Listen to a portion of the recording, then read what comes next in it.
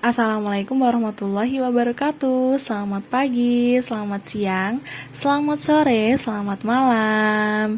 Again, lagi-lagi di sini saya menyapanya secara lengkap gitu ya, karena di sini saya tidak tahu nih teman-teman mendengarkannya di pagi, siang, sore ataupun malam. Hai semuanya, halo semuanya, selamat datang dan selamat datang kembali nih untuk teman-teman yang sudah mendengarkan episode pertama. Dan selamat mendengarkan podcast Proyek Kebangsaan kelompok 13 di episode kedua. Nah, untuk teman-teman yang belum nonton dan belum mendengarkan episode pertama, aku saranin teman-teman untuk dengerin dan nonton dulu ya, karena di sini di episode kedua ada hubungannya nih dengan apa yang telah kita bahas di episode pertama. Oke, pasti udah gak sabar banget ya teman-teman. Jadi di episode sebelumnya kan kita udah bahas nih mengenai pengertiannya gitu ya. Nah, di episode kedua kali ini pengertian apa sih? Pengertian dari penegak hukum dan HAM maksudnya teman-teman. Nah, di episode kedua kali ini kita sedikit detail nih, dimana kita di sini bakal bahas mengenai lembaga penegak hukum dan HAM apa saja sih yang ada di Indonesia gitu teman-teman.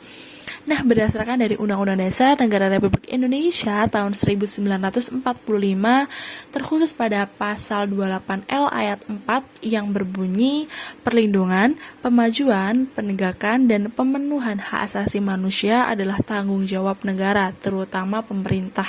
Nah, berdasarkan dari bunyi Undang-Undang Dasar Negara Republik Indonesia tersebut, ada kewajiban gitu ya pemerintah terhadap adanya atau tegaknya suatu hukum dan hak asasi manusia yang ada di Indonesia. Dimana di sini salah satu perwujudannya, bukan salah satu sih, ada beberapa nih perwujudan dari pemerintah atau upaya untuk penegakan HAM dan hukum yang ada di Indonesia. Di sini yang pertama ada pembentukan Komnas HAM atau Komisi Nasional Hak Asasi Manusia sebagai lembaga independen yang bertugas untuk mengadakan pengkajian maksudnya teman-teman, penelitian, penyuluhan, pemantauan, dan mediasi hak asasi manusia. Jadi di sini setahu saya ya, untuk Komnas HAM sendiri itu ada berbagai jenisnya teman-teman. Ada Komnas Perempuan, ada juga Komisi Perlindungan Anak, dan lain-lain gitu. Sebenarnya banyak sekali macamnya gitu, cakupannya cukup luas gitu.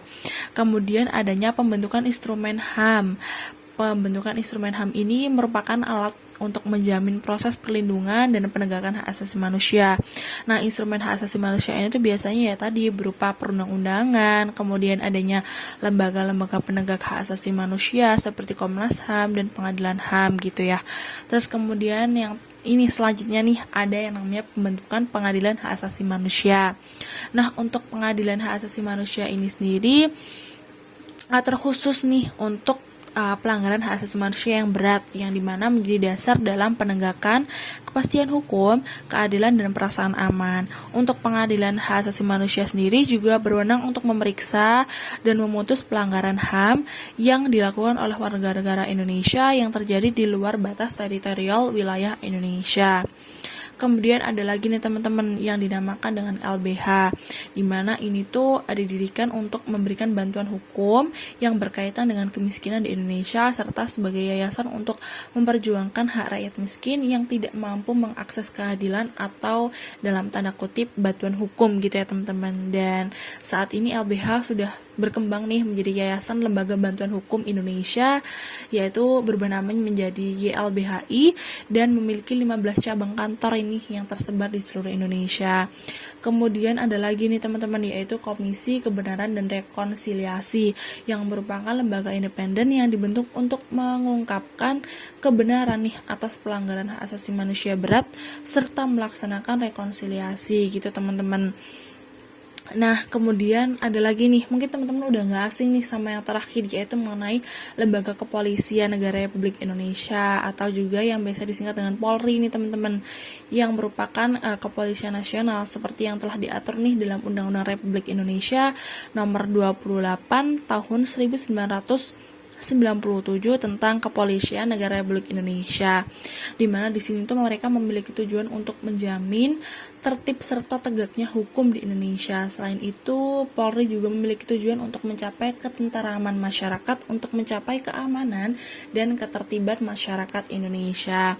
Jadi teman-teman sebenarnya kalau misalnya secara garis besar itu tadi yang sudah saya sebutkan, namun sebenarnya kalau misalnya dijabarkan lebih luas itu masih banyak sekali untuk lembaga-lembaga penegak hukum dan HAM yang ada di Indonesia. Kalau misalnya lebih mau detailkan gitu ya, intinya di sini lembaga penegak hukum dan HAM ini sebagai bentuk fasilitas yang diberikan, bisa dibilang fasilitas yang teman-teman yang diberikan oleh pemerintah untuk masyarakatnya nih, untuk bisa memperoleh keadilan, untuk bisa memperoleh kenyamanan, perlindungan hukum dan dari berbagai tindak yang diperoleh gitu, yang menyimpang tentunya gitu ya teman-teman. Nah, untuk episode kedua kali ini kita bahas itu, dan untuk episode yang selanjutnya tentunya kita bakal bahas yang jauh lebih menarik lagi. Kita bakal bahas lebih dekat lagi mengenai topik kali ini. Dan untuk teman-teman yang belum aku ingatkan lagi, yang belum nonton episode pertama, kalian aku saranin untuk nonton dulu. Kemudian untuk teman-teman yang sudah nonton sampai episode kedua kali ini, kalian bisa nanti cek episode selanjutnya, episode ketiga dari podcast Proyek Kebangsaan Kelompok 13 kali ini. Terima kasih semuanya yang sudah mendengarkan dan menonton dari awal sampai akhir. And see you on the next episode. Bye. Wassalamualaikum warahmatullahi wabarakatuh.